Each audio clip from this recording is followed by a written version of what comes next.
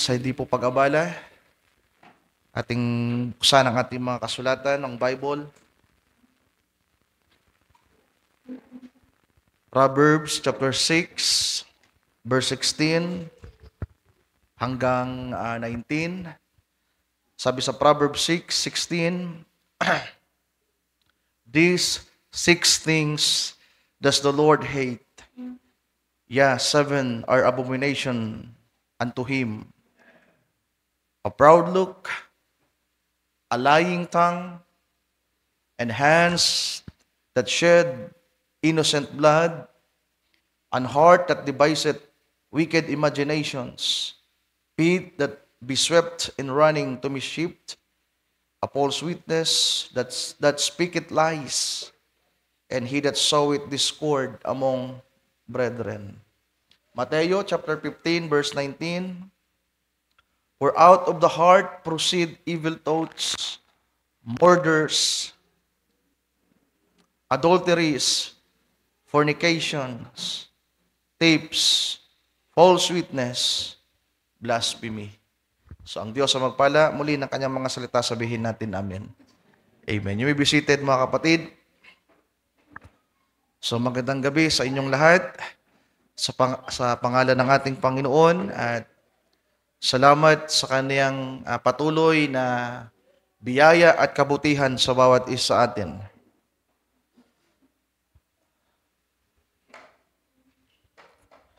So ayoko na pong magpaligoy-ligoy at ayoko nang magsabi pa ng marami dahil baka makulangan na naman po tayo ng oras, at iniisip ko nga po baka kulangin pa rin talaga.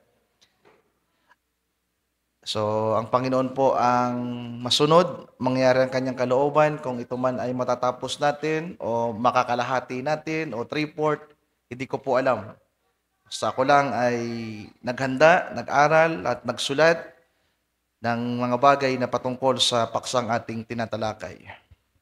So sa gabing ito, tayo po ay part 5 na ng Heart series natin, at ang ating topic sa gabing ito ay understanding and overcoming the spirit of lie.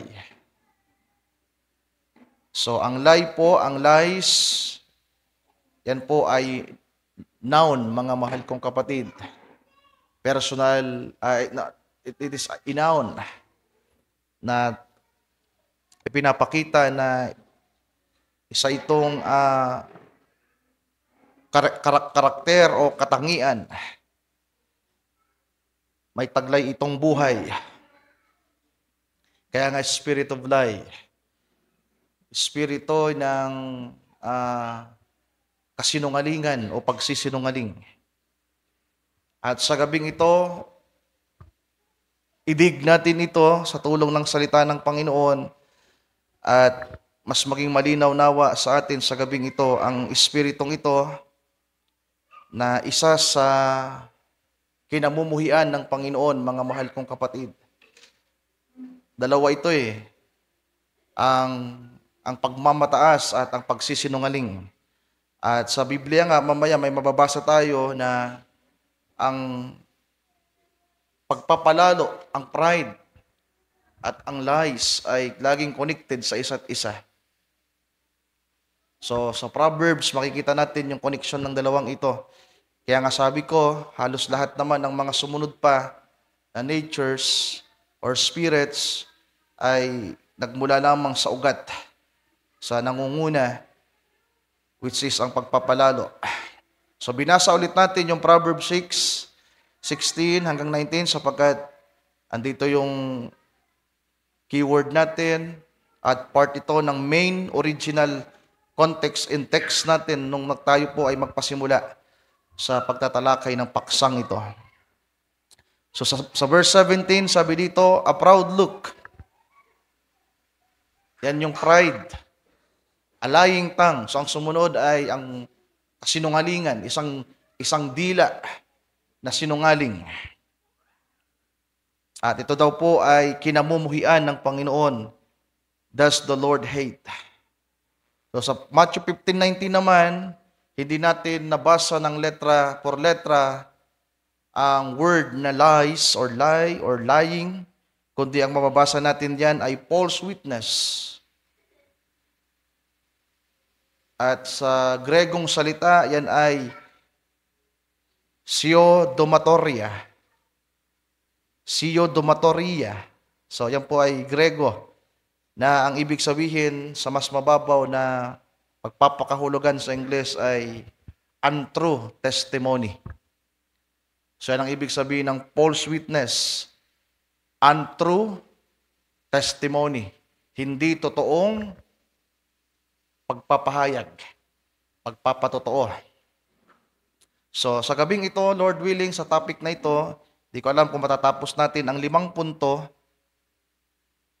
At ang bawat punto ang nandito sa akin ay meron akong 5 part. So halos part 5 ang ihimayin natin sa topic na ito.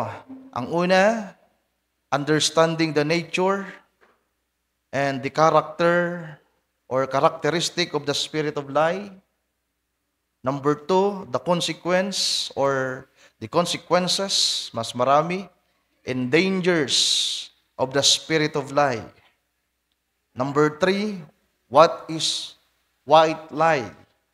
So mamaya maintindihan natin ang white lie na ito. At ito yung everyday na ginagawa natin na hindi natin naiintindihan. There is a white lie, mga kapatid. Mamaya, sana maabot natin ano ba ang terminong white lie. Ano ang sinasabi ng Biblia dito? At ano ang sinasabi ng propeta? Number 4, how to overcome the spirit of lie. And number 5, living a life of truthfulness. Pamumuhay sa katotohanan.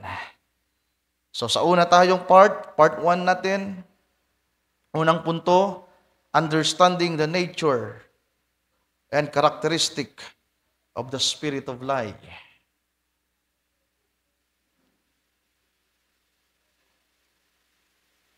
Dito sa unang punto, sa unang part, ay meron akong 4 na punto. So ang unang punto sa unang part natin ay ano ang definisyon at characteristic ng espiritong ito. So definition and characteristic of the spirit of lie. Ang pangalawa, origin of lies, saan ito nagmula? Pangatlo, it is acquainted with the spirit of pride. And number 4, God's view of lying.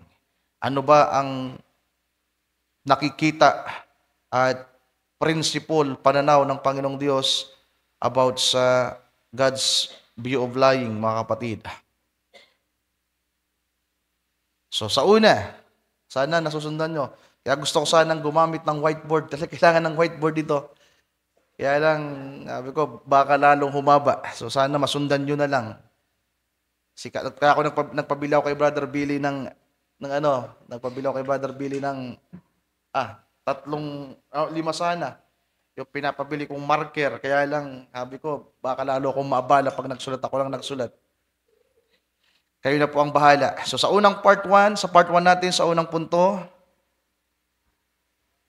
meron tayong 4 na iisa-isahin. Una, the definition and characteristic of the spirit of lie. So ano ba ang definition nito sa Biblia? At ano ang characteristic nito? Una, any intentional deception. Pangalawa, misrepresentation of the truths. Number 3, withholding of truths with the intent to deceive. So Tagalogin natin, yung una, ano man daw pong pandaraya na sinasadya. Ibig sabihin, anumang pagsasabi. Ito man ay sa pamamagitan ng pagsasalita o pagsulat o sa action. Isang intentional o isang sinasadyang panlilinlang o pandaraya. Any intentional deception. Ibig sabihin isang sinasadyang pagsisinungaling, panlilinlang, panloloko. So yan kasi yung mga terminong nandyan, mga kapatid. Napakalawak ng karakteristik ng lies.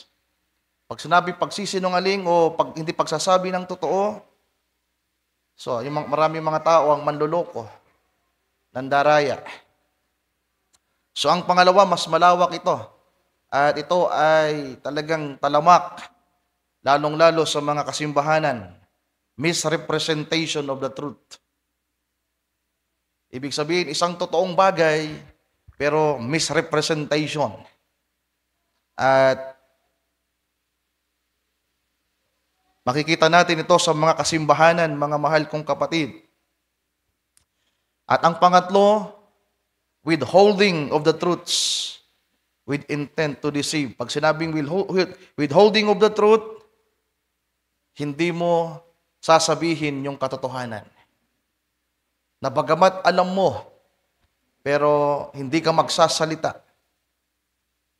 Magsasawalang kibuka, at ito ay naroon lamang sa iyong puso, sa iyong isipan. Kaya nga, it's may kinalaman sa pagsasalita, sa pagsulat, pwede kang sumulat ng may pagsisinungaling o panlilinlang, o kaya sa pamamagitan ng iyong action, na kahit hindi ka magsalita, kahit hindi ka sumulat, ay pwedeng makitaan at naroon yung karakteristik ng pagsisinungaling.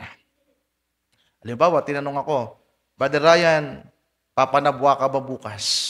Pero may plano akong panabwa, may desisyon na ako. Pero sinabi ko hindi. O kaya hindi ako nagsalita, sabi ko. Di ba? Umiling lang ako. Kaya ngayong gabi, mga mahal kong kapatid, talagang makikita natin sa pagkatao natin, sa nature na ito, nataglay natin ito. Na bata pa lang ang isang bata, ang spiritong ito ay nandyan na, kaya nga walang nagturo sa isang bata na magsinungaling. At sabayan mo pa ng spirito ng kaaway, ni Satanas, ng mga demonyo, so lalo itong lalakas, lalo itong mamayani sa buhay ng isang tao. At mamaya makikita natin ito sa banal na kasulatan. So I hope nasusundan nyo, mga mahal kong kapatid. So ang karakteristik nito, ang pagpapakilala nito sa banal na kasulatan, anumang sinasadyang pandaraya o panlilinlang. Pangalawa, maling pagpapaabot ng katotohanan. At pangatlo,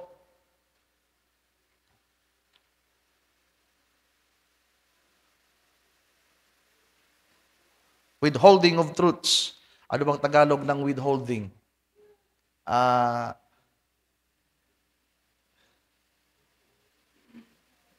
Di ba? Parang withholding. Nasa iyo lang na hindi mo, kumbaga, isang katotohanan na naroon sa iyo, pero magsasawalang kibuka. Di ba? Halimbawa, isang witness na dapat sana ay titestigo ka para mapawalang sala yung isang tao. Pero ayaw mong magsalita. Ayaw mong makiki-operate. So yan ay isang part, mga mahal kong kapatid.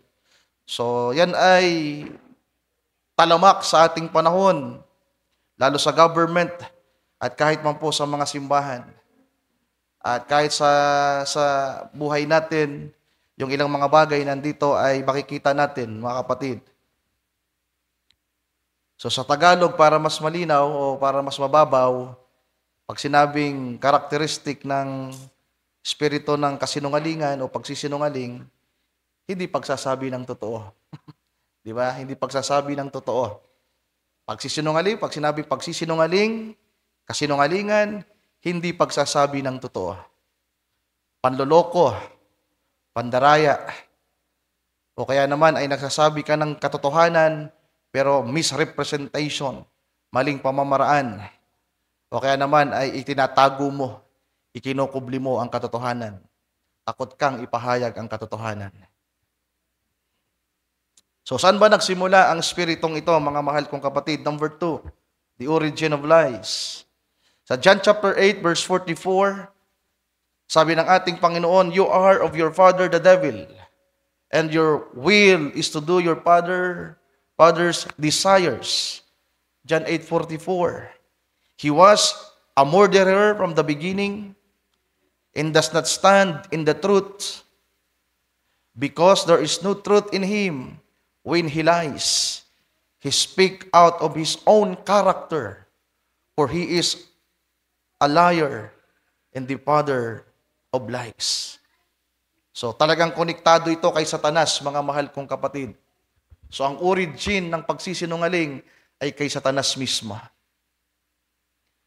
Di ba? Kaya nga yung huling tinalakay natin, yung murder, andun din sa kanya.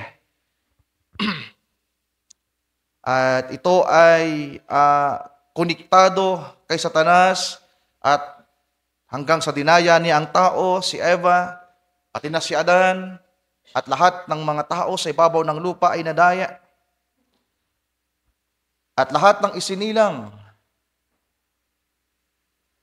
sa mundong ito, sa human nature na tinatawag, ay tila ba meron ng likas na pagsisinungaling. Kumbaga, kakabit na ng tao ang nature na ito, yung influence. Pero iba pa rin yung espiritu ng pagsisinungaling, na yung nature mo bilang tao ay i-influence ka lalo. Gagatungan niya. Di ba? Sisindihan niya yung nature mo na naroon na yung influence na isa kang sinungaling. At ito ay may kinalaman sa ating dating pagkatao, mga mahal kong kapatid, sa makasalanang nature natin. Kaya nga sa Colossus chapter 3 verse 9, ito yung sinabi ni Pablo, "Lie not one to another, seeing that you have put off the old man with his deeds."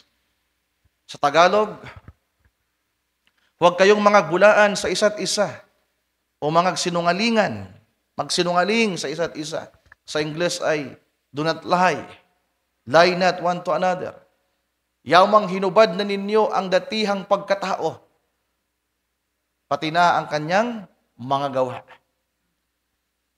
So, ang pagsisinungaling, mga mahal kong kapatid, ay nandoon sa ating datihang pagkatao.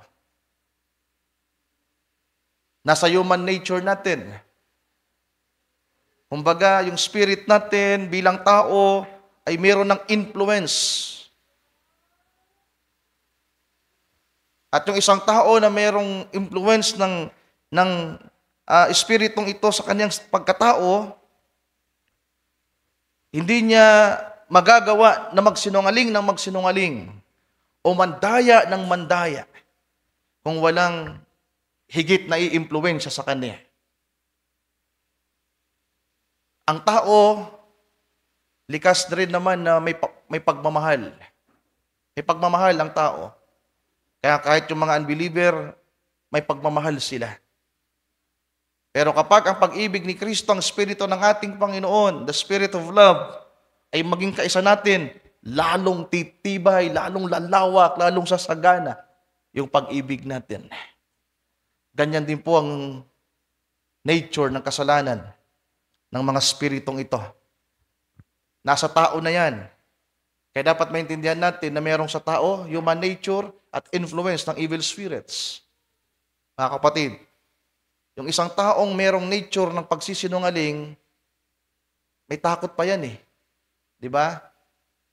Pero kapag ang spirito na masama, evil spirit, at ang nature ng spiritong ito ay pagsisinungaling, pinuspos ang isang tao, kinontrol ang isang tao, then mabubuhay ang taong yan sa kasinungalingan, sa panlilinlang at pandaraya. So, hindi ko alam kung hinubad na natin ito, kung napagtagumpayan na natin ito at wala na ito ng tuluyan sa atin, mga kapatid. Number 3, it is acquainted with the spirit of pride.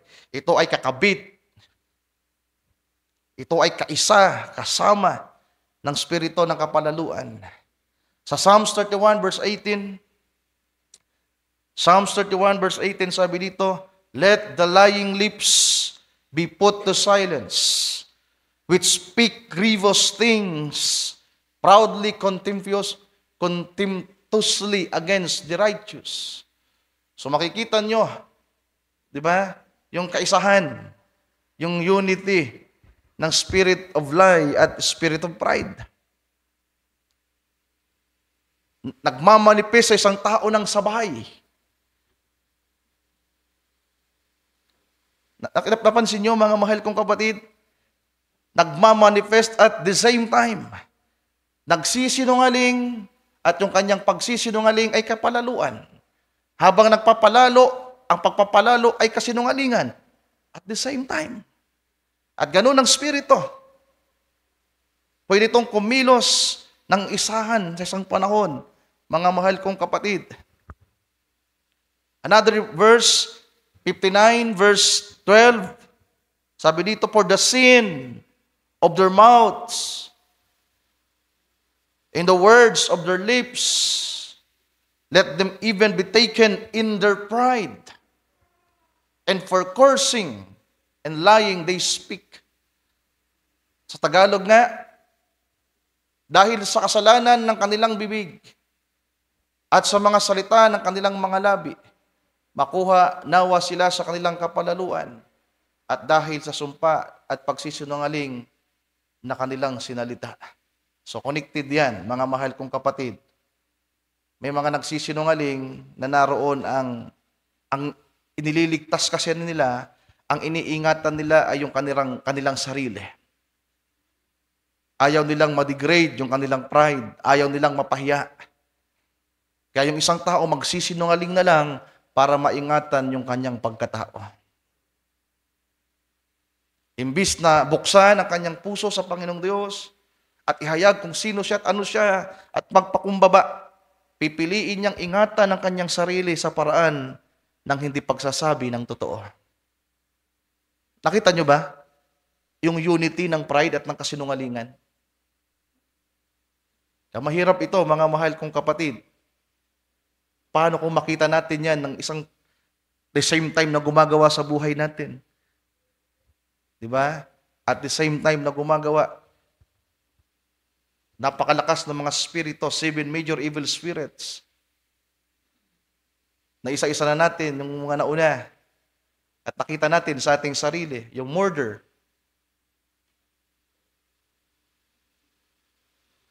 So, ang spiritong ito ng kasinungalingan ay acquainted sa spirito ng kapalaluan. Then number 4, sapagkat napakarami nito para makadami din tayo ngayong gabi. Number 4, pang-apat sa ating part 1, God's view of lying or God's view of the spirit of lie. Ano ba ang sinasabi ng Panginoon dito? I-take note nyo na lang, binasa na natin kanina yung Proverbs 6, verse 17. Isa sa kinamumuhian ng Panginoon, sabi doon, ay ang a lying tongue. God hates, sabi doon, thus the Lord hates, at one of them ay a lying tongue. Then sa Proverbs chapter 12, verse 22, sabi dito, lying lips are abomination to the Lord, but they that deal truly are His delight. Amen. Ang ganda, mga kapatid. Di ba? So, ang pagsasalita kasi ng kasinungalingan, kaya ka nagsasalita. Sabi pa ng Biblia, the abundance of the heart, the mouth speaketh. Kung ano yung nasa puso, kung ano yung kasaganaan ng puso, ang labi, ang bibig ay nagsasalita, nagpapahayag. Kaya, isa sa karumaldumal sa paningin ng Panginoon na nagmamanifest sa mga tao ay ang spiritong ito, ang nature na ito. Pero sabi dito, sila na they that tell truly. yung gumagawa ng makatotohanan, hallelujah, ay kinaluluguran ng Panginoong Diyos. Amen. Sila na gumagawa ng na nasa katotohanan ay kanyang kasiyahan. So, ang ganda ng lecture ko nung Sunday sa mga young people. May puso ang Diyos. Kapag naging masaya ang Diyos, pagpapala. Pag ang Diyos na broken-hearted, paalala. Rebuke. So, mamimili kayo. Pagpapala, kapag ang Diyos na lugod, o paalala. Parehas yan biyaya ng Diyos. Thank God for it. Kung nagkamali ka, may paalala. Papaluin ka, pero kapag nalugod mo ang Diyos, meron kang pagpapala. Can we say amen to that? Hallelujah. Sana mga young people, huwag niyong kakalimutan yung tinuro ko sa inyo nung Sunday. Matthew chapter 12, verse 34. Okay. So, dito sa pang-apat na point ko sa part 1 natin, na God's view of the Spirit of life, merong 5 punto. Sulat nyo. Yung una, God hates it. Yan yung Proverbs 16:17. Number 2, God hates a lying lips. Proverbs 12:22. Then, ang isa pang verse natin, Matthew chapter 12, verse 34. Yung supporting verse natin. Para lang makita ninyo. O generation of vipers, how can ye, being evil, speak it good things? For out of the abundance of the heart, the mouth speaketh. Then number 3, ano ang nakikita ng Panginoon? Ano ang kanyang prinsipyo? Ano ang kanyang, sabihin natin, paningin? Ano ang kanyang gagawin sa spiritong ito na naroon sa tao o kaya sa isang taong nagtataglay nito? Psalms chapter 5 verse 6. Sabi dito, thou shalt destroy them that speak leasing. The Lord will abhor the bloody and deceitful men. So wawasakin daw ng Panginoong Diyos sila na nagsasalita ng kabulaanan. Pag sinabing leasing, mga kapatid, yan ay galing sa Hebreo, Aramaic word na kasab, nang ibig sabihin ay falsehood, untruths, and deceitful. So yan ay kaparihas na definition ng espiritong pinag-aaralan natin sa gabing ito. Falsehood, yung leasing, then untruths, then deceitful. At ang sabi ng Panginoong Diyos, wawasakin niya ang lahat ng mga nagsalita ng kabulaanan. Kinayayamutan ng Panginoon ang taong mabangis at mandaraya. Ano meron sa isang taong mandaraya? Pagsisinungaling. Sa panahon natin, ang tawag niyan mga scammers, mga fraud. Di ba? Mga fraud. Mga scammers, mga mahal kong kapatid, at kinayayamutan, kinamumuhian, at kinayayamutan ng Diyos. Di ba? Baka iniisip nyo, kaya Ryan, hindi kami scammers, hindi kami manloloko. Mamaya, pagdating sa white lie, what is white lie? According to the prophet, makikita nyo lahat pala tayo. And may the Lord help us, mga kapatid, to overcome this. Number 4. Actually, yung Psalms chapter 5, verse 6, sa another version, sa mababaw na English, sabi dito, you destroy those who speak lies. The Lord abhors the bloodthirsty and deceitful men. Then number 4, God will judge. He will judge them. Itong mga taong nalantad, nahayag ang spiritong ito na nanatili ito sa kanila, na hindi nila napagtagumpayan sapagkat dito sila na italaga. Sa Revelation chapter 21 verse 8, sabi dito, but for the cowardly, the faithless. Revelation chapter 21 verse 8, but as for the cowardly, the faithless, the detestable, as for murderers, and whoremongers, and sorcerers, and idolaters, and all liars, shall have their part in the lake which burneth with fire and brimstone, which is the second death. So, may parusa, may hatol ang Panginoon, mga mahal kong kapatid. Kaya wala talagang Kristiyano, nobya ni Kristong, mananatili ang nature ng pagsisinungaling o pandaraya, panlilin lang. Then number 5, walang lugar sa Panginoon ang pagsisinungaling. Walang lugar ang mga taong sinungaling sa Panginoong Diyos, sa Kanyang presensya. Psalms 101 verse 7. He that worketh deceit shall not dwell within my house. He that telleth lies shall not tarry in my sight. Tagalogin natin. Siyang gumagawa ng karayaan ay hindi tatahan sa loob ng aking bahay. Siyang nagsasalita ng kabulaanan ay hindi matatatag sa harap ng aking mga mata. Ibig sabihin, ang mga sinungaling, ang mga mandaraya, ang mga manloloko, pwede niyong lokohin ng tao, dayain ng tao, white lie mamaya. Akala mo nakikinig. Pero hindi pala. Mamaya makakaintindihan tayo pagdating sa white lie, mga kapatid.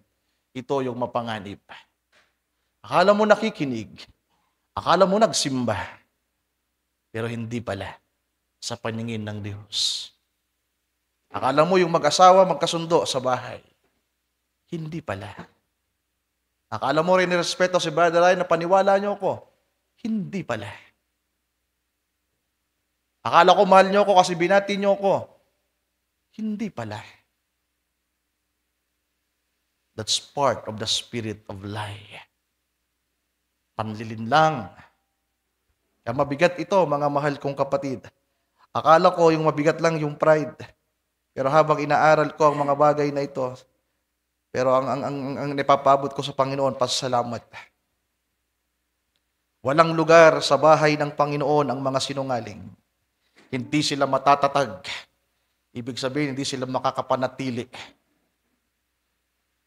Ang makakapanatili lamang ay ang kaisa ng katotohanan. Kaisa si Kristo na katawan, na siya ang katotohanan. I am the way, the truths, in the life. Hallelujah. Part 2. Pangalawa. So, yung part 1 natin, definition and the characteristic. The part 2 natin, the consequences and dangers of the spirit of lie.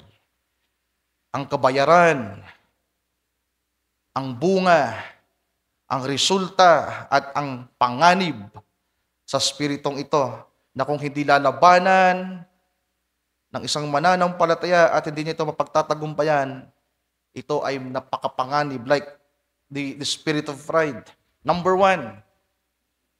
So dito sa part 2 natin, na the consequences and dangers of the spirit of lie, meron akong 3 punto. Una, it is distraction to self. Distraction to self. Proverbs 19:9.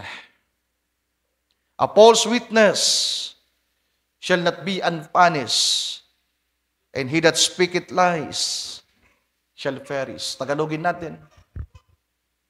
Kaya nga yung false witness at ang pagsisinungaling, isa lang yung nature niyan, mga kapatid. Isa lang yung karakteristik niyan. Same yung makikita mo. Sabi diyan, ang sinungaling na saksi, false witness, ay walang pagsalang parurusahan. At ang nagbabadya ng mga kasinungalingan ay mamamatay. Madidestroy. Di ba? Ang unang pwedeng mapahamak, mahiwalay sa Diyos, sapagkat pag pinag-usapan ng kamatayan, yan ay separation. So kung yan ay spiritual deaths, ang isang taong sinungaling, kaya malayo ka sa presensya ng Diyos. Kaya wala kang relasyon sa Kanya. Kasi wala ka pa rin talagang totoong kaugnayan sa Kanya. Kanina lang, may brother na naman akong pinaalalahanan. Ibang brother naman, iba yung brother na tinukoy ko nung nakaraan, sa tinutukoy ko ngayon, sabi ko, Brad, ang lapit mo lang, pero parang ang layo mo na. Hindi na kita maramdaman. Kahabagan ka nawa ng Panginoon, tulungan ka nawa ng Diyos. So pwede mapahamak ang isang tao, masira ang kanyang buhay, mahiwalay sa Diyos, dahil sa spiritong ito na kung hindi niya lalabanan at hindi niya sisikap pang pagtagumpayan at hihingi ng tulong sa Panginoon na, Lord, nais kong pagtagumpayan ng spiritong ito. Ang nature ko na ito, na nakikipag-isa sa nature ng spirito ng kadiliman, nais ko po itong mapuksa, mawala, Panginoong Diyos. Sana may ganun tayong desire, mga mahal kong kapatid.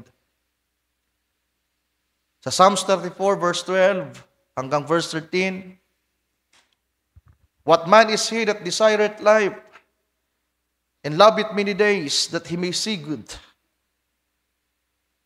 Tagalogin mo nga. Sinong tao ang nagnanasa ng buhay at umiibig sa maraming kaarawan upang makakita siya ng mabuti? Sino sa inyo? Sino sa atin dito ang nagnanasa ng buhay? Alam nyo, kapag inalis nyo yung F sa life, lie. Di ba? Imbis sa the spirit of life, ang naroon ay spirit of lie. What a man is he that desireth life, and loveth many days, that he may see good. Anong sikreto? Parang isang tao ay maranasan ng kasaganaan na mula sa Panginoon, at ang makita niya sa kanyang buhay ay the goodness of God. Verse 13, ingatan mo ang iyong dila mula sa masama at ang iyong labi sa pagsasalita ng karayaan. Gusto mo ng pagpapala? Gusto mo ng mahabang mga araw? Gusto mong mapuno ng kabutihan? Hallelujah ang iyong buhay? Ng mga bagay na maganda? Then keep thy tongue from evil, and thy lips from speaking guile. So, yung labi kasi, outward na yan manifestation. Hindi mo naman pwedeng ganyan. Diba? Isip pa rin at puso. Yung pag-control nandun sa loob. Yung battle, yung desisyon bago ka magsalita, andun pa rin sa loob, mga mahal kong kapatid. At alam nyo ba, kung sa KJV, sabi diyan, keep thy tongue from evil, and thy lips from speaking guile. So medyo malalim mong salitang guile sa marami siguro sa atin, pero tinagalog ng karayaan. Pero sa Hebrew Aramaic na word, yan ay galing sa salitang merma. Merma. Nang ibig sabihin ay deceiving, proud. At ang proud sa panahon natin, yan ay ang mga scammers, mga mahal kong kapatid. Number two sa part 2. Sabi ko may 3 point sa ating part 2. Number 2 point, it will destroy relationship.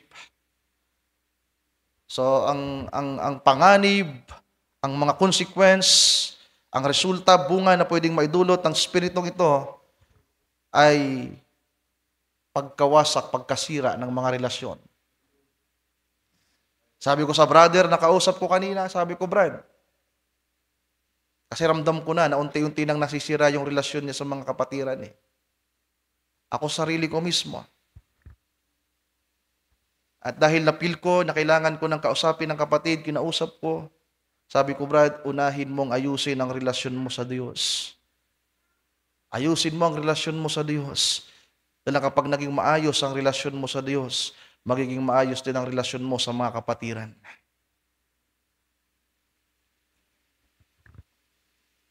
Mga kapatid, para sa atin din, kumusta ang relasyon natin sa Diyos? Kayo po ang nakakaalam. Pwede niyong dayain si Brother Ryan. Pwede niyong dayain ang mga kapatiran. But you cannot deceive him. We cannot deceive him. Kaya kinakailangan mag-ingat ang mga mananampalataya.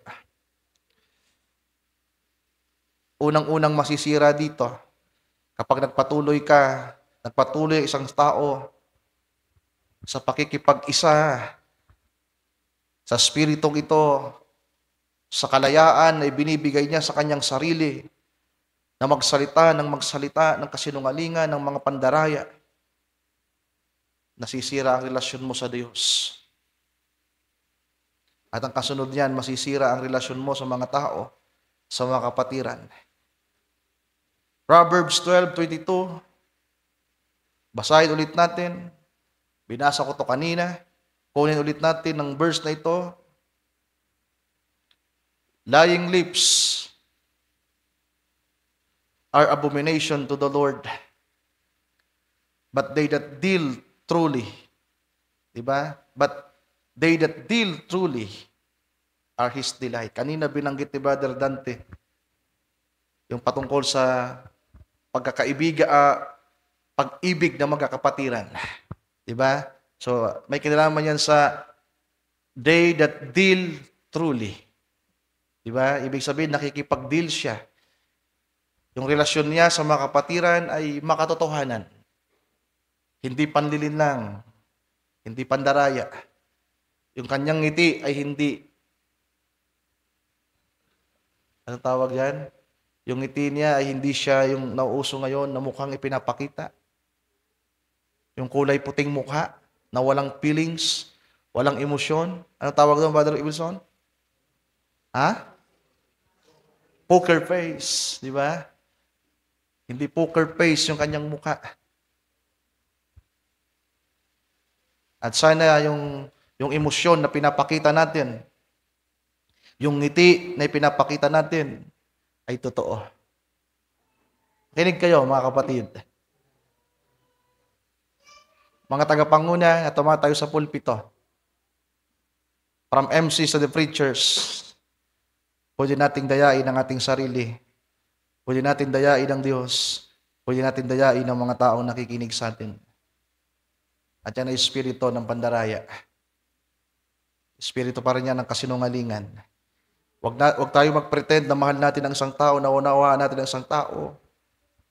Kaya nga sabi ng Biblia, kung magsisimba tayo, kung meron tayo naalala, na kapatid, na kaalitan natin, lapitan mo muna yung kapatid mo.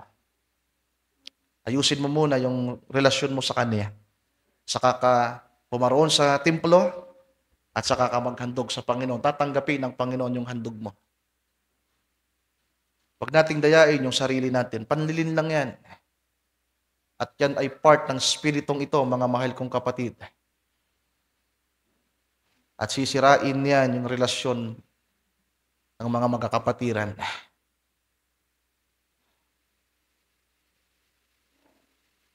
Colossians 3 verse 9. Basahin ulit natin. Binasa ko na to kanina, basahin ulit natin. Do not lie to one another. Sino bang sinasabihan dito ni Pablo? Mga kapatiran. Di ba? Lie not one to another. So kung gagawin natin yan, kung hindi natin papahintulutan ng spirito na yan na kumilos at gumawa sa kalipunang ito, sa ating kalagitnaan, sa ating pagkakapatiran, then maganda ang ating magiging ugnayan. Maganda yung harmony natin. Pero kapag tayo ay nagbubulaanan sa isa't isa,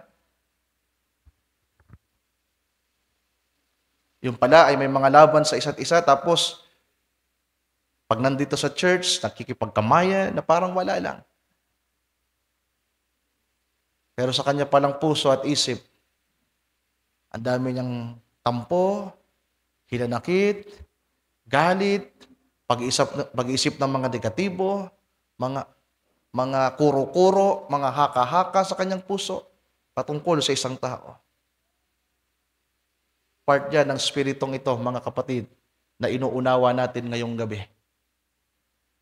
Nagkakaintindihan po ba tayo? Episo 4:25.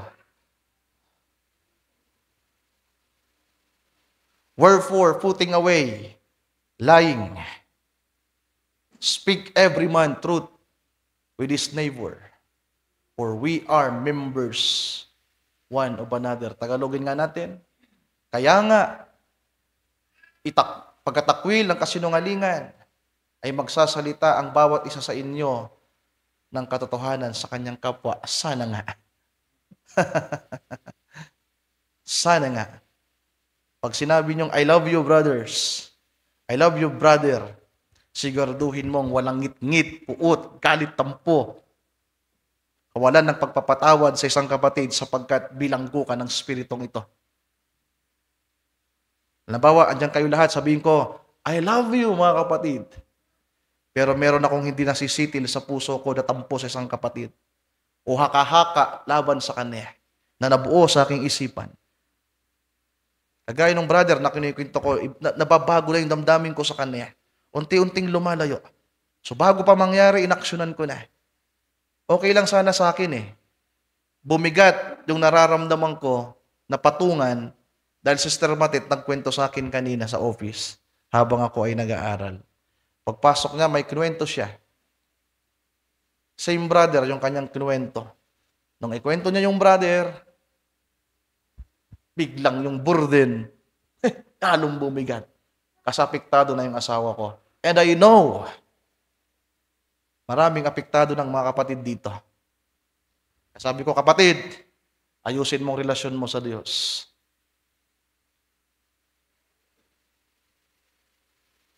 So, ang pagpapayo kasi, nasa leading yan ng Panginoon, mga kapatid. Hindi basta-basta ang mag-advise, ang mag-counsel. Yan ay wisdom. Yan ay karunungan na makalangit na hinahatid sa atin ng Panginoong Diyos. Then, pangatlo sa pangalawa. Nasundan niyo bang ibig ko sabihin? Pangatlo sa pangalawa. Sa mga nagnunote, sa mga masipag nating kapatid na nagnunote. Pangatlo sa pangalawa. Death.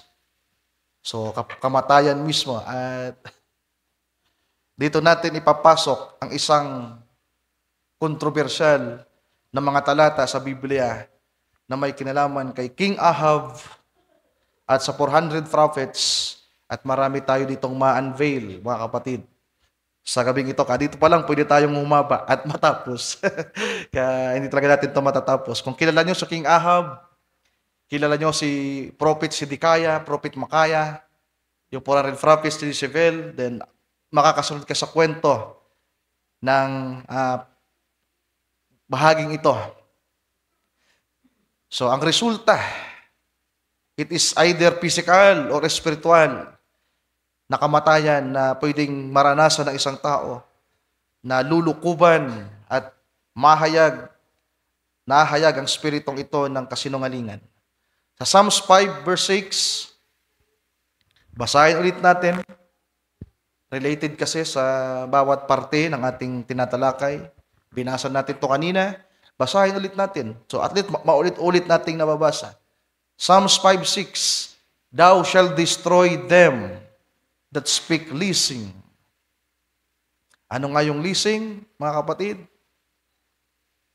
Falsehood, untruths, deception. Sabi diyan, the Lord will abhor the bloody and deceitful man. Tagalogin natin, yung lilipulin sila na nangagsasalita ng mga kabulaanan, kinayayamutan ng Panginoon ang taong mabangis at mandaraya. So sa 1 Kings chapter 22, inote nyo, hindi natin babasahin lahat. 1 Kings chapter 22 verse 1 to 40. Assignment nyo na lang. Unang Hari, kabanatang 22, talatang 1 hanggang 4 na po. Ito ay patungkol kay King Ahab, mga mahal kong kapatid. So, ikukwento ko na lang, mamaya may babasahin tayong ilang mga talata, hindi na ang kabuuan. So, ang nasa 1 Kings, chapter 22, verse 1 to 40, ay patungkol sa Israel-Judah. Kingdom of Israel and Kingdom of Judah. At meron silang kalaban na bansa o kaharian din, ang Syria. Isa rin itong malakas na imperyo, kingdoms. At isa ito sa umukupa sa Israel. Egyptian, Babylonian, Assyrian, that's Syria. Then Medo-Persia, Grecian, then the Roman. Pero sa panahon ito, sa panahon ni Prophet Josaphat, ni Haring Josaphat at ni Haring Ahab, mga kapatid, so sa panahon niya, sa verse 1 ng 22, sabi diyan, meron na daw pong 3 years na kapayapaan na walang giyera between the kingdom of Israel, Judah, and the kingdom of Syria. 3 years na walang digmaan. Pero isang araw, itong si King Ahab ng Israel ay pumunta kay King Jehoshaphat, na hari ng Judah, at kinausap niya si King Ahab, si King Jehoshaphat, nang sabi, yung Ramot Gilead, nasa Syria pa rin. Sa atin yun. Bawiin natin. Kaya nga, di ba sa Israel, yung gera, mga tungkol sa mga lupa-lupa. Yung Gaza, yung Palestine, na malit lang na parte ngayon. So dahil lang sa mga lupa, kaya mayroong gera. Gusto nilang bawiin, gustong bawiin ni King Ahab yung Ramot Gilead. At gusto niyang masigurado ang panalo, pinuntahan niya ang Kingdom of Judah sapagkat nung panahon na ito ay hiwalay na, nagkaroon na ng pagkahati yung Kingdom of Israel. Then nag-unite sila, meron silang mutual understanding sapagkat nang pumunta si King Ahab kay King Jehoshaphat, sabi ni King Ahab, bawiin natin yung Ramot Gilead. Sabi naman ni King Jehoshaphat, sige, ang pag-aari ninyo ay pag-aari namin. Ang inyo ay amin, ang amin ay inyo. So that's mutual understanding, mutual respect. Parehas nila alam kung ano yung kanilang pag-aari. Then habang sila ay nag-uusap, dahil mas matuwid ang bansang Judah, ang Kingdom of Judah, kumpara sa Kingdom of Israel, sabi ni King Jehoshaphat, meron ka bang propeta? Sabi ni King Jehoshaphat kay King Ahab, meron ka bang propeta? Siguraduhin natin yung plano natin, yung lakad natin. Sabi ni King Ahab, meron! Ang dami kong propeta. Ipinatawag na ngayon yung 400 prophets ni Jezebel. Sabi ni King Ahab, magsalita kayo, anong sabi ng Panginoon? Sabi ng isang nangungunang propeta ng pangalan ay Sedekaya, ganito ang sabi ng Panginoon, yung maunang hari, mananalo tayo. At sumang-ayon yung 399. Sabi ng 399, Amen. Upo, mahal na hari. Yan po ang sabi ng Panginoon. Pumaroon tayo sa Ramot Gilead, bawiin natin. Girahin natin ang Syria, mananalo po tayo. Pero si King Jehoshaphat, meron pa rin pag-aalala. Hindi pa rin siya kontento. Kaya sabi niya, wala na bang ibang propeta? Delikado tong 400 na to Sa panahon ni Moses, isa lang. Kaya, ang bandang dulo din nito, gaano kahalaga ang mensahe sa ating panahon. Dahil maraming mga sinungaling sa pagtangan ng mensahe. Yan ang dulo natin dito about the message of the hour. Alam ni King Jehoshaphat, sa panahon ni Enoch, isa lang. May propeta sa panahon ni Noah, isa lang. Sa panahon ni Abraham, isa lang. Bakit 400 ngayon?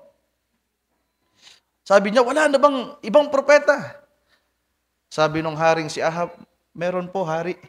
Meron pang isa. Kaya lang yung isa na yun, ayaw ko doon. Dahil kapag nanghuhula yun, laging laban sa akin. Laging masama ang hula niya para sa akin. Pero napilitan ng haring si Ahab na ipakuha. Isang sundalong inutusan, sige, kunin mo si Mikaya. O, ito yung babasahin natin, mga kapatid. 1 King chapter 22, nung ipatawag si Mikaya.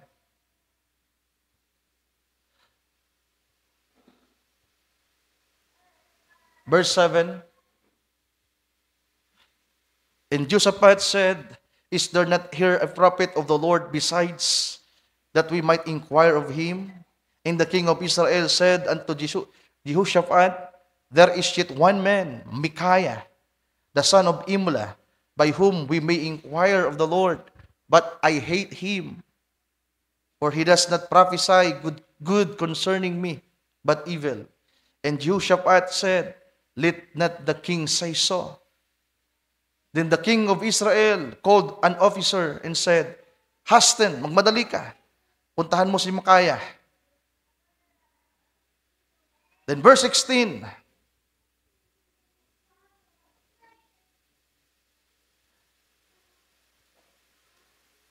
Nang dumating na po itong si Micaiah, ano mo tayo?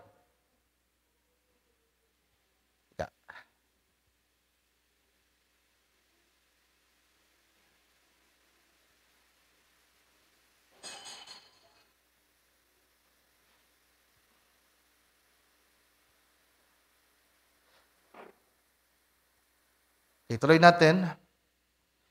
Dito na tayo sa verse 13.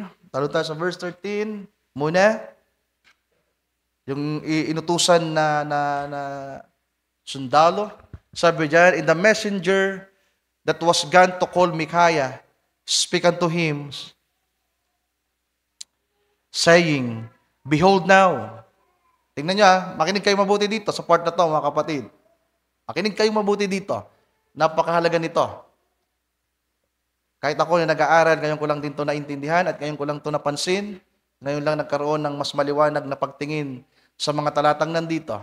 Sabi diyan, And the messenger that was gone to call Micaiah, speak unto him, saying, Behold now the words of the prophets. Sabi ng messenger, narito na yung mga sinabi ng mga propeta na pawang mabuti na lumabas sa kanilang mga labi. Yung 400, maganda yung kanilang mga sinabi patungkol sa hari. Let thy word, I pray thee, be like the word of one of them. So, hayaan yung sasabihin mo, isinasamo ko na kagaya lang ng sasabihin nila o ng sinabi nila. Ibig sabihin, ini-impluwensyahan ng sundalong ito si Micaiah na huwag magsabi ng totoo. Second-handed revelation. Sasabihin lang ni Micaiah kung ano yung sinabi na ng mga false prophets. Naintindihan nyo ba? Ini-impluwensyahan siya, nagayahin lang. Gayahin mo lang yung sinabi ng kahit isa sa sinabi ng mga propetang ito. And verse 14. And Micaiah said, As the Lord liveth, what the Lord says unto me, that will I speak. So confidence si Micaiah.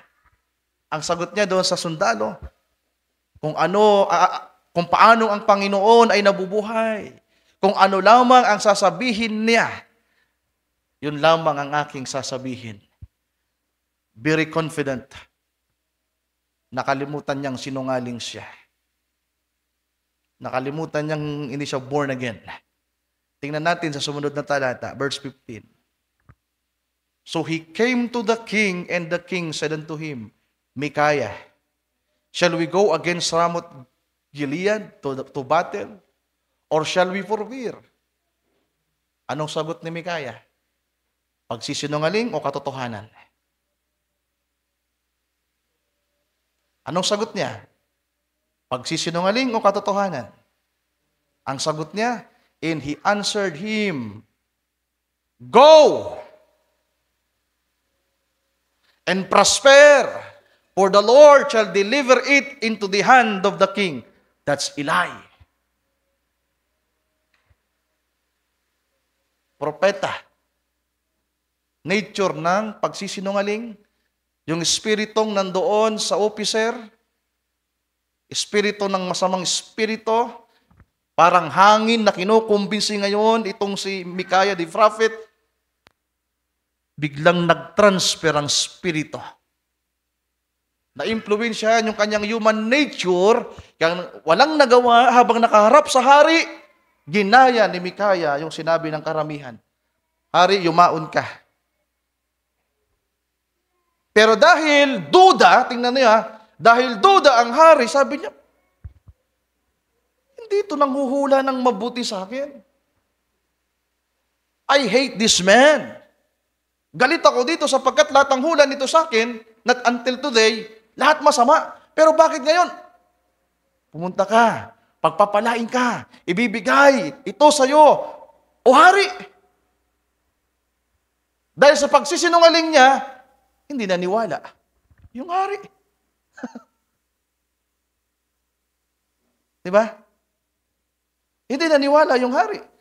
Nung si Micaiah nagsasabi ng katotohanan,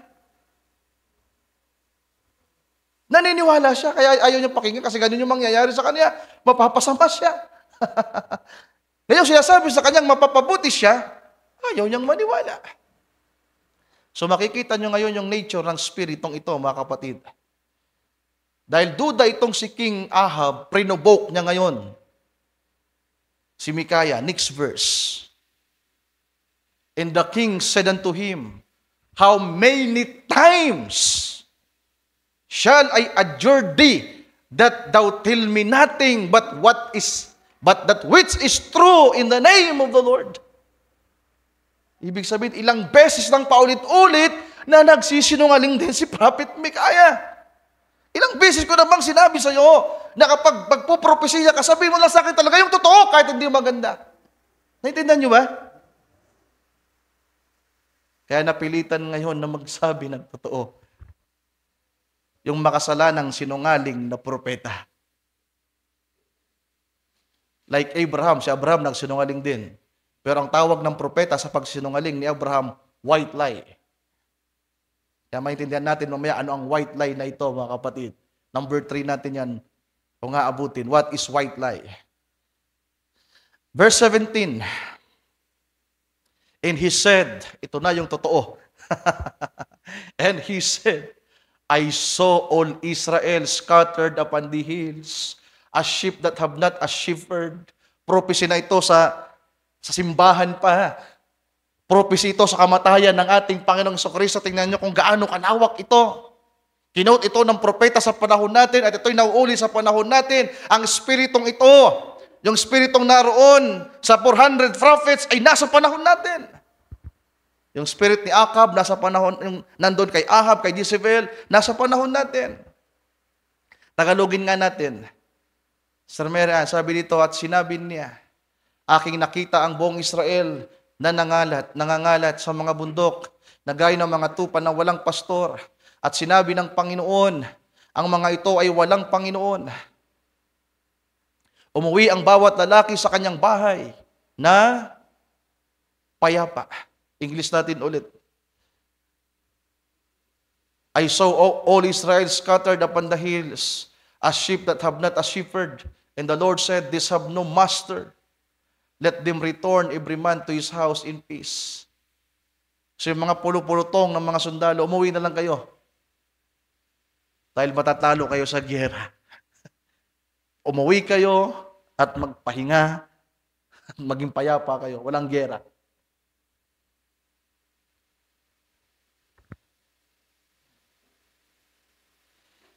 And the king of Israel said unto Jehoshaphat, verse 18, Did I not tell thee that he would prophesy no good concerning me? But ibig so, naniwala na siya ngayon. Naniwala na siya doon sa propesiya na hindi maganda. Verse 19, and he said, sa pagpapatuloy ni Micaiah, And he said, Hear thou therefore the word of the Lord. Ito na, ang kontrobersyal, mga kapatid. Nagpatuloy si Mikaya sa kanyang pangitain. Sa kanyang pagsasalita, rather. Then ipapahayag na niya ngayon ang kanyang vision. Sabi dito, And he said, Hear thou therefore the word of the Lord. I saw the Lord sitting on His throne. Ano yan? Vision. Bigla siyang nakakita, meron siyang pangitain na nakita. Na nakita niya ang Panginoon na nakaupo sa trono. At ang mga anghel sa palibot niya, sa kanan at sa kaliwa. Sabi pa ng prophet, merong conference sa langit. Merong nangyayaring conference, merong gerang mangyayari sa panahon na yon. Merong digmaan na magaganap at habang naghahanda yung mga hari ng Israel at Judah, naghahanda din ang Panginoon sa langit. Merong conference na naganap. Verse 20. And the Lord said, tingnan niyo, And the Lord said, Who shall persuade Ahab that he may go up and fall at Ramoth Gilead? And one said, sabi ng isang anghel, ganito ang gawin natin. Sabi naman ng isang anghel, ganito ang gawin natin. Hindi sila pinakinggan ng Panginoon. Sabi siguro ni Michael, Lord, ganito Lord. Sabi naman ni Gabriel, yung dalawang main archangel, sa ganitong paraan natin, Panginoong Diyos. Hindi pinakinggan si Michael, hindi pinakinggan si Gabriel.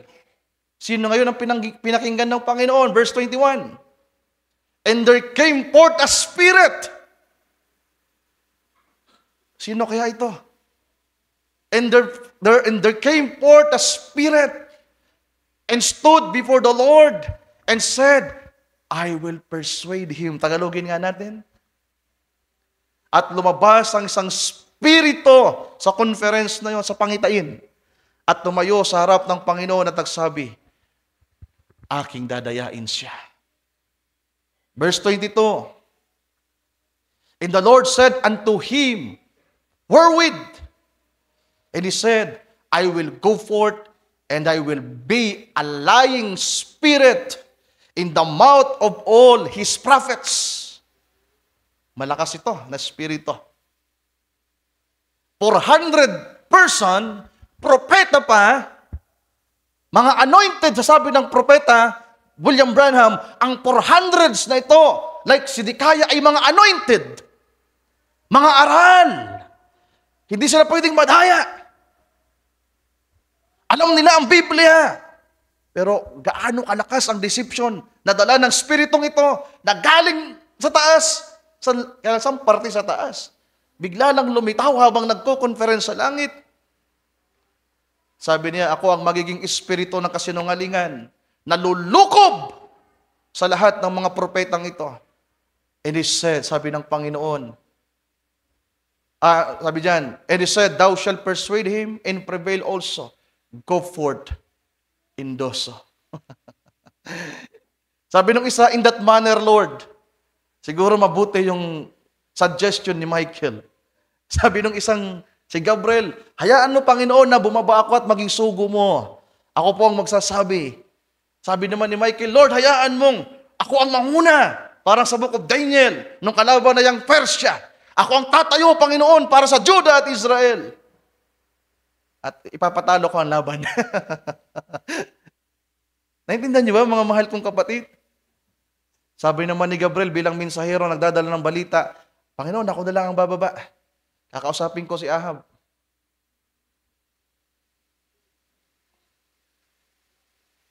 Pero itong si Lucifer, si Satanas ito, mga kapatid. Naalala niyo sa book of Job, chapter 1, panhigpanaog siya. Nung merong conference sa panahon ni Job, andun din siya. At ngayon, andun din itong spiritong ito. At sabi diyan, I will be a lying spirit. Katingnan niyo, isang spirito, pero kaya niyang iposes ang 400 propeta. ng sabay-sabay. Parang hangin, di ba?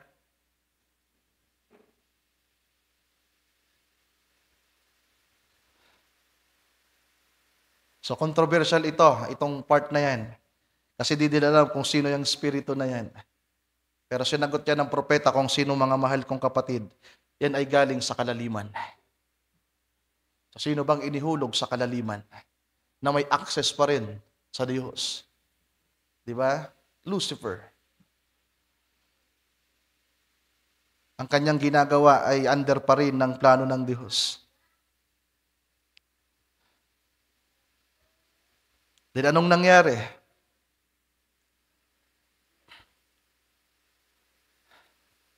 Sa pagpapatuloy, basa tayo.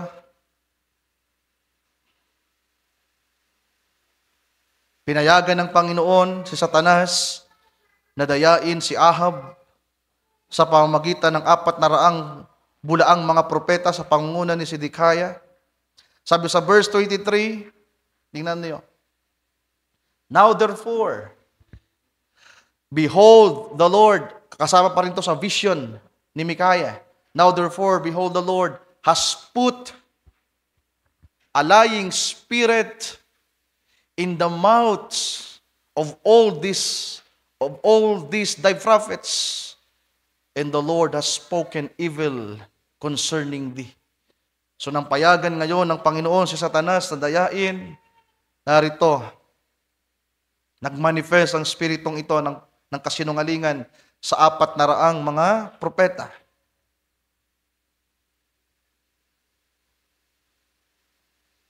Then verse 24, but Sidikaya, the son of Chinaana, went near and smote Micaiah on the cheek and said, which way went the Spirit of the Lord from me to speak unto thee?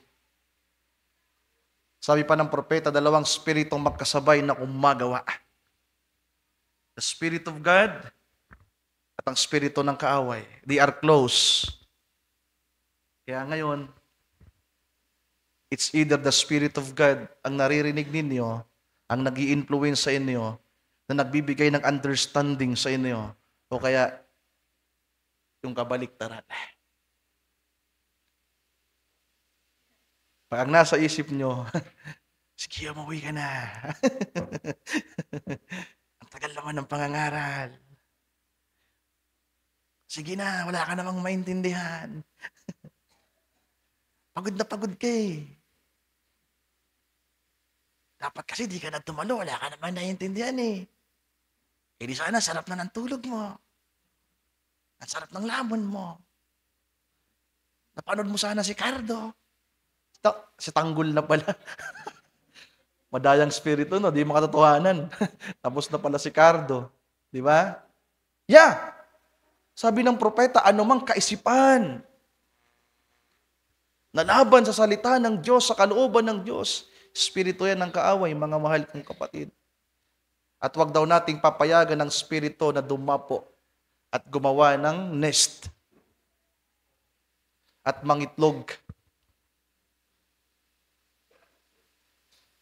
Sa galit ni Sidikaya, one of the 400, sinampal yung totoong propeta sa pisngi. Na-imagine nyo ba? Yung isang propeta ngayon nagsasabi ng katotohanan, sinampal. Saan dumaan ang Espiritu ng Diyos na pumunta sa iyo na hindi dumaan sa akin? Paano nangyari yon? At alam niyo ba ano sabi ni Prophet Branham?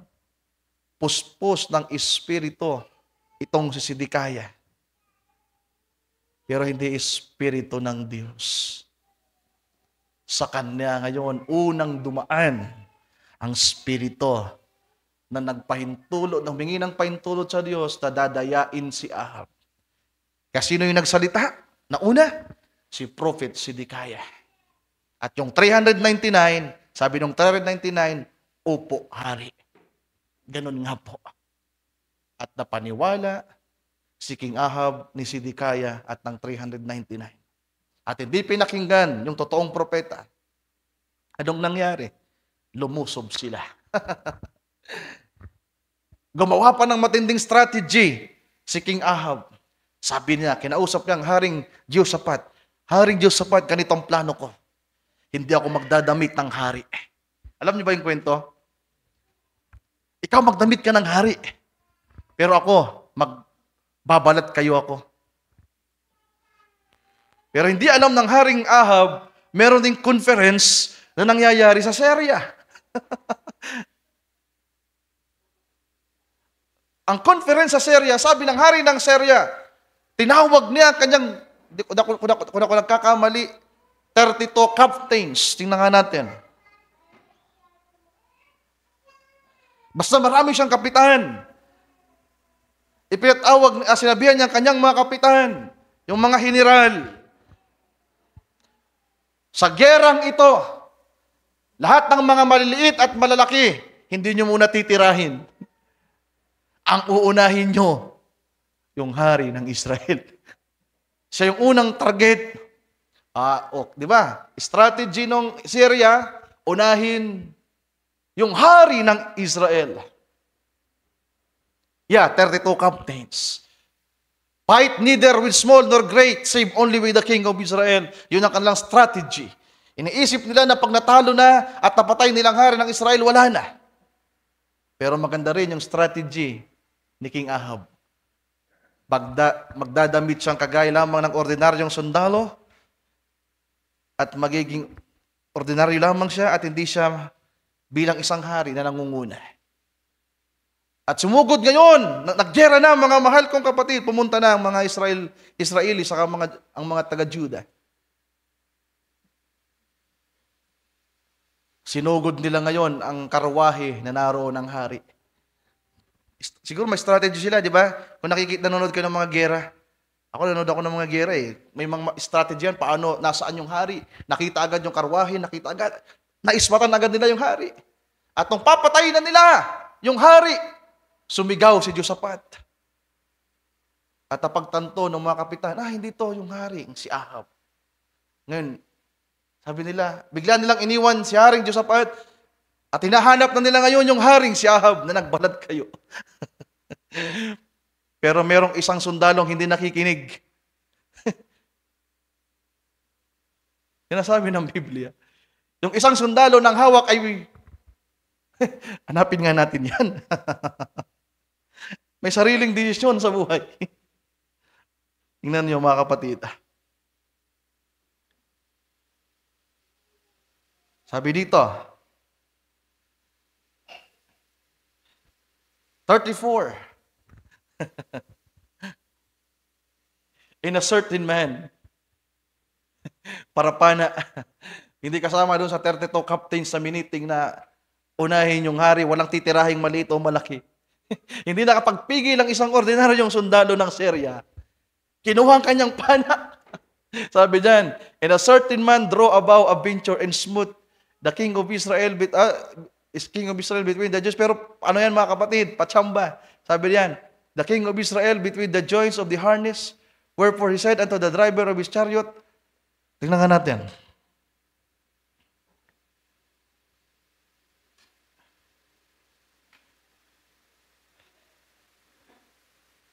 Tagalogin nga natin. At inihilagpos ng isang lalaki ang kanyang pana sa pagbabaka sakali. Andiyan sa Tagalog, sa English hanapin natin. And a certain man drew about at a binture. Patsamba. At a binture sa Tagalog, sa pagbabaka sakali. At tinamaan, sabi diyan, at inihilagpos ng isang lalaki ang kanyang pana sa pagbabaka sakali. At tinamaan ng hari sa Israel sa pagitan ng magkasukbong na sakbat. Tingnan nyo sa Google, sa image. Puso, mga kapatid. Hindi yon gawa ng tao, lalo ng Diyos. Ang kabayaran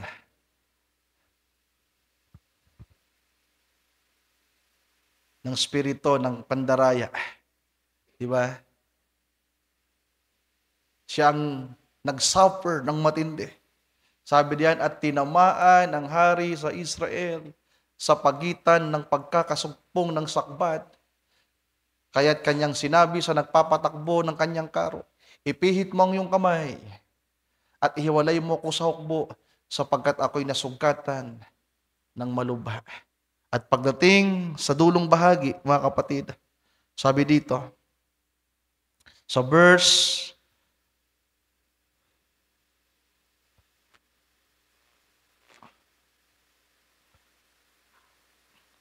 40 o verse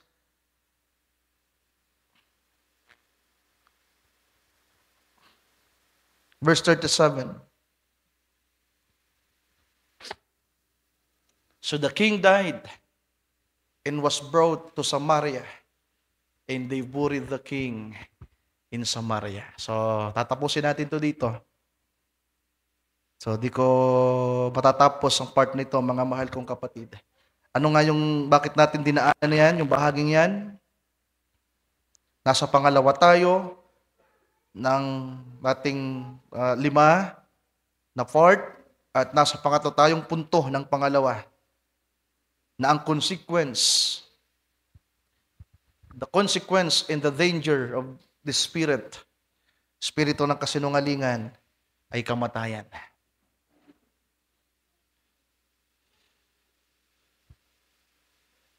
Ipinakita ng Panginoon na siyang may kontrol ng lahat. At kapag ang isang tao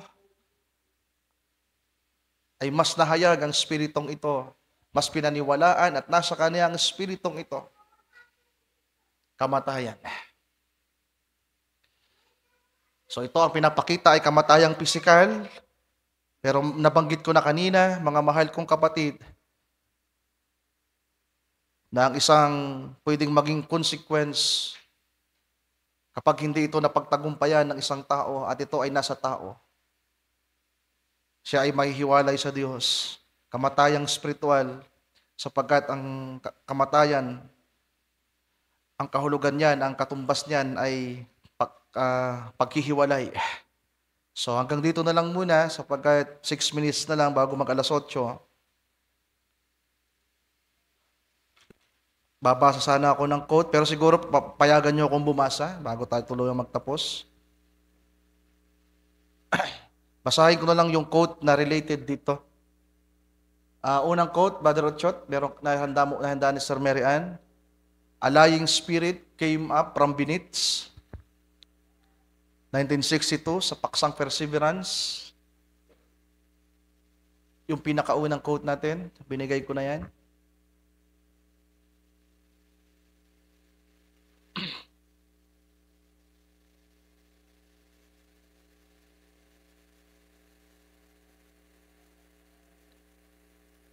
A lying spirit come up from beneath. Bumaba, Sir Mary Ann? Wala, di mo makita, Brother Chot? Nare-ready na yan eh. Nasa gilid yan lahat, halos. Okay. Sige, plus mo. Sabi ni Brother Branham, paragraph 195. And the lying spirit come up from beneath, mula sa kalaliman, and said, I will go down and give in those prophets, cause they don't know the word anyhow. So I will go down there and get in them prophets and cause them to prophesy a lie and get him over there. So itong espiritu, sabi ng propeta, ay galing sa kalaliman na lumukob sa mga propetang ito para humula ng mga kasinungalingan at wala silang totoong pagkakilala. Capital W. Mga kapatid, capital W. May kinalaman sa salitang napapanahon. Ibig sabihin, ang mga propetang ito, sa mamaya, sa paglalarawan ng propeta, sa pangatlong quote natin, mga preachers, mga simbahan na walang alam sa mensahe. Another quote, seen a lying spirit, paragraph 85. And so he said, sabi ni Brother Branham, itong si Micaiah, sa pangitain ay may nakitang spiritong mandaraya. Paragraph 85, seen a lying spirit.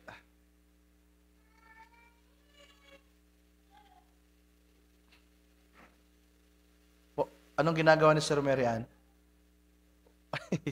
Sakto Sige, tapusin lang natin yung quote na related dito.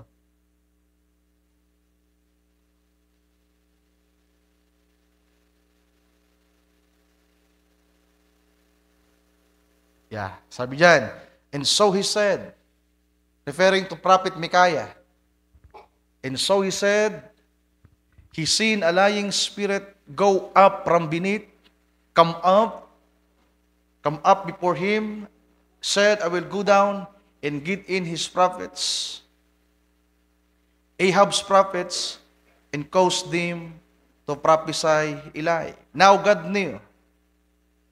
Tingnan niyo. Now God knew that them men was so puffed up and so full of theology, that's pride, saka sabi ko nga, that's acquainted, the spirit of lie, sa spirit of pride. Nalalaman ng Diyos ang mga propetang ito ay masyadong mapagmataas at punong-puno ng kanilang mga nalalaman, mga pinag-aralan. Sabi diyan that they thought they had everything right. Akala nila na lahat ng tama ay nasa kanila. Danger.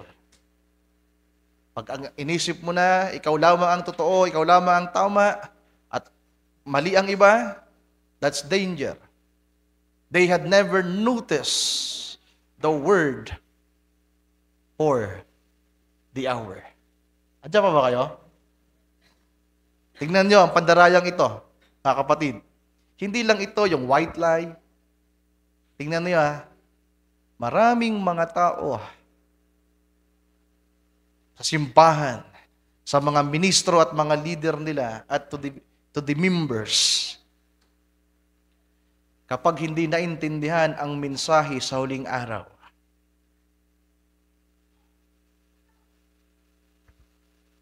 tinanong ka, kilala mo ba si Brother Branham? Sumagot ka, oo. Well, kung talagang kilala mo, kahit yung pangalan, nagsasabi ka ng katotohanan.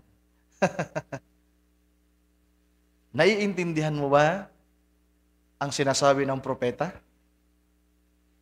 Pag meron kang naiintindihan at sinabi mong, oo, nagsasabi ka ng katotohanan. Pinapaniwalaan mo ba ang sinabi ng propeta?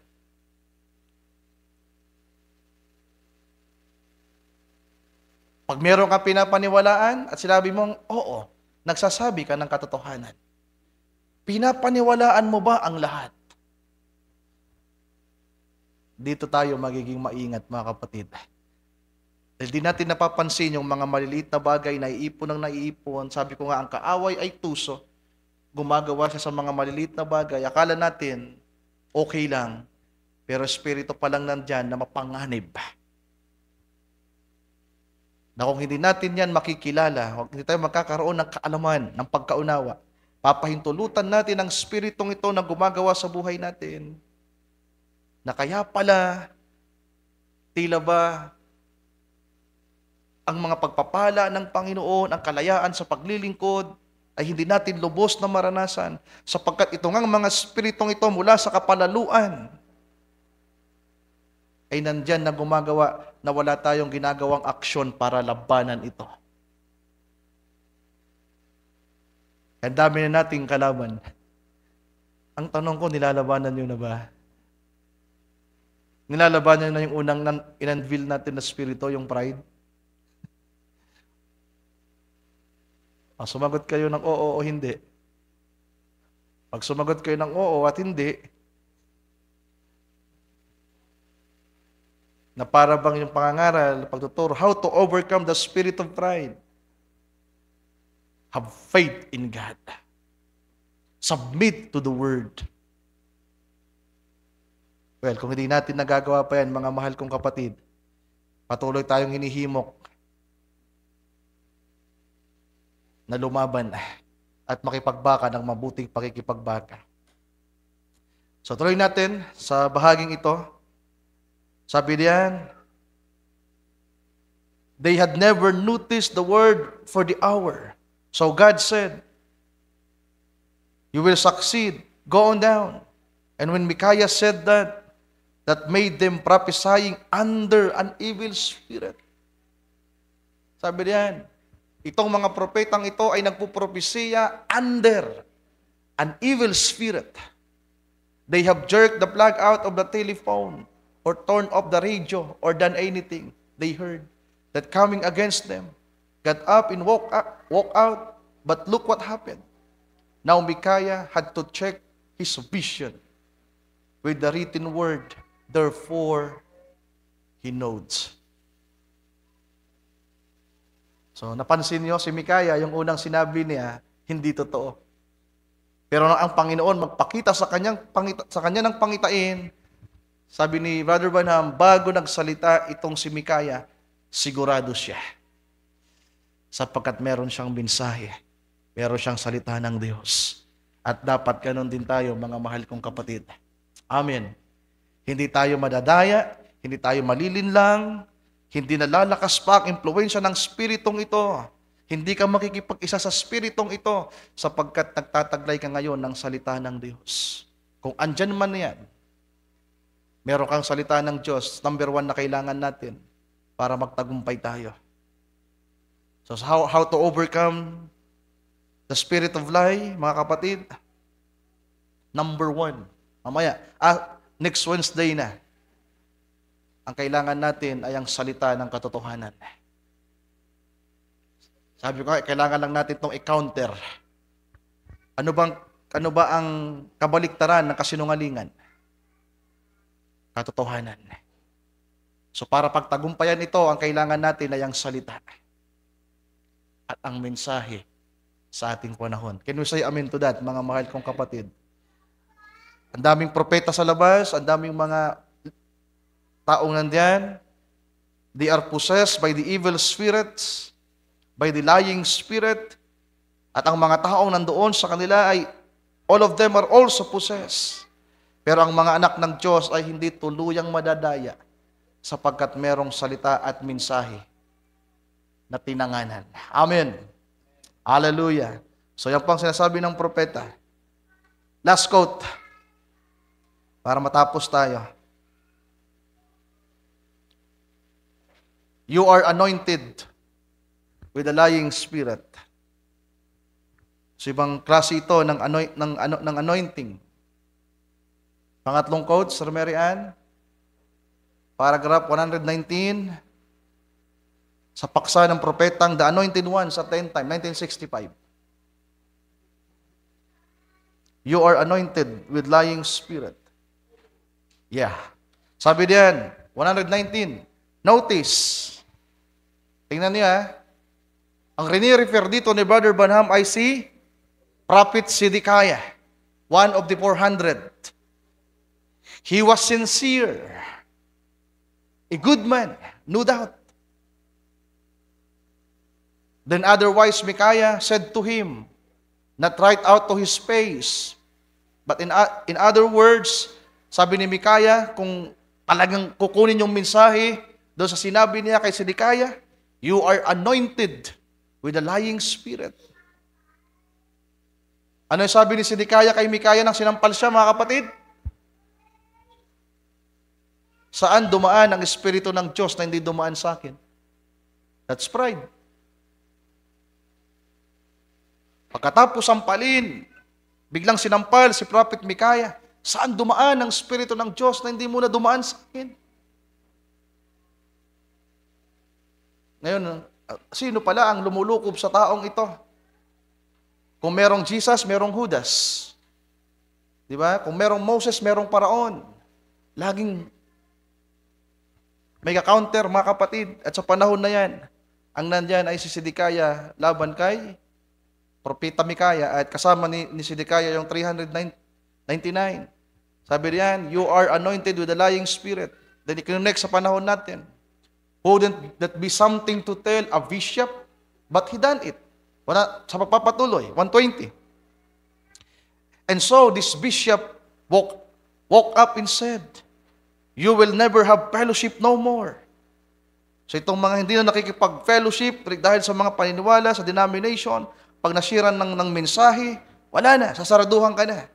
You will never have a fellowship no more, and smack him in the face.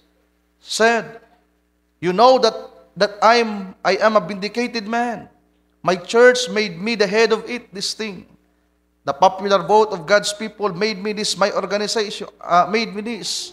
My organization made me this. And God gave us this land. And He intends for it to belong to us. And I have thus says the Lord. He smacked him and said, which way the Spirit of God go when it lift me?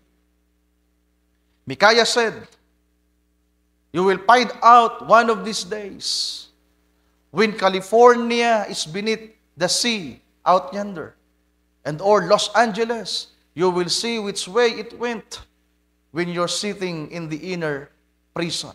Now, Ahab, what are you going to say? I believe my prophet.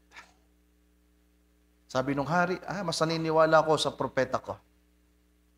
Kung anong sinabi niya, pagpapalain kami, pagpapatuloy kami sa ginagawa namin, gagawin namin yung gusto namin, I believe. At marami sa panahon natin ang ganyan. What if he just searched the word? See? Paano kaya kung nagsiyasat siya ng salita? Kung nagsiyasat siya, nagbasa sana siya ng mensahe. Amen. Ano titukoy ng propeta kanina sa kalawang quote? Mensahe, message of the hour. Hindi sana madadaya si Ahab, hindi sana madadaya ang mga obispo, false prophets, itong mga pastor na ito, kung nagsiyasat lamang sana sila ng salitang napapanahon.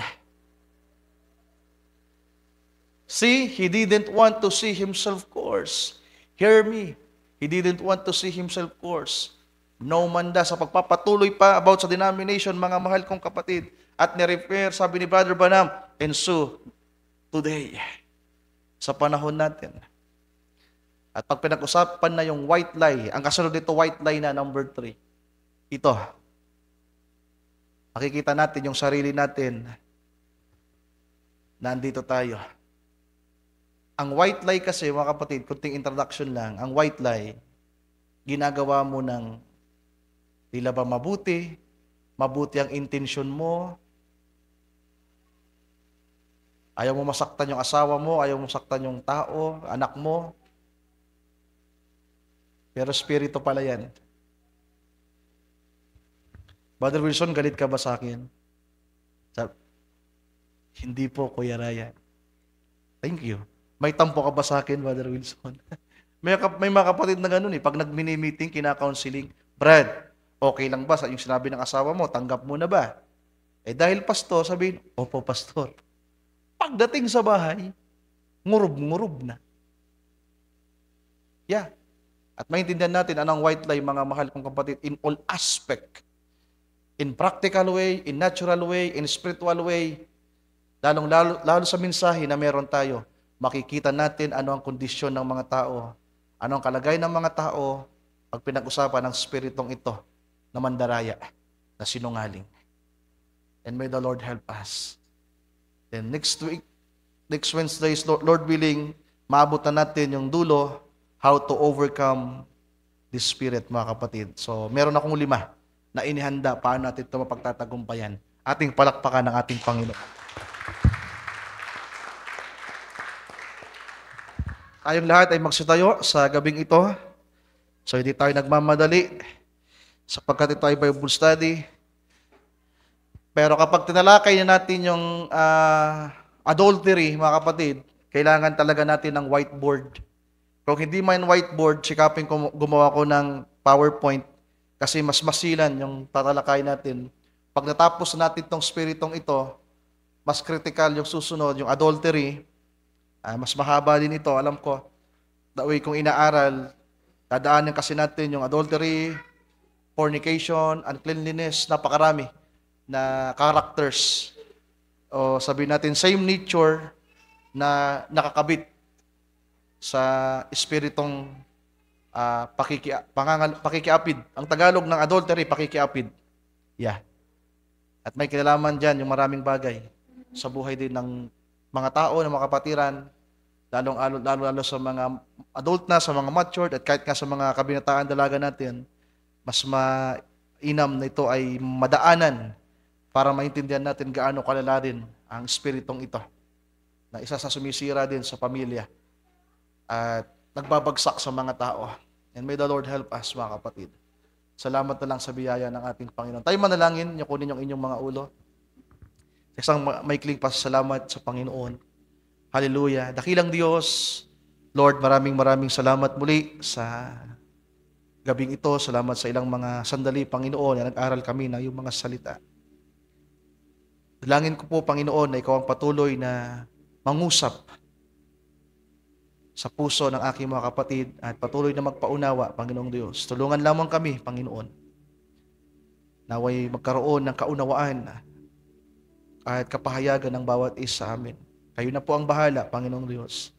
At ikaw pang patuloy na manguna sa amin at sa pagpapatuloy ng paksang ito, ikaw pang patuloy na magturo sa bawat isa sa amin. Maraming salamat po.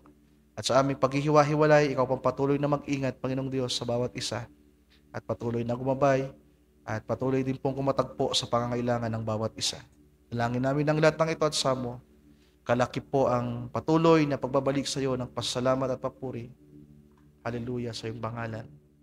In Jesus' name we pray. Amen.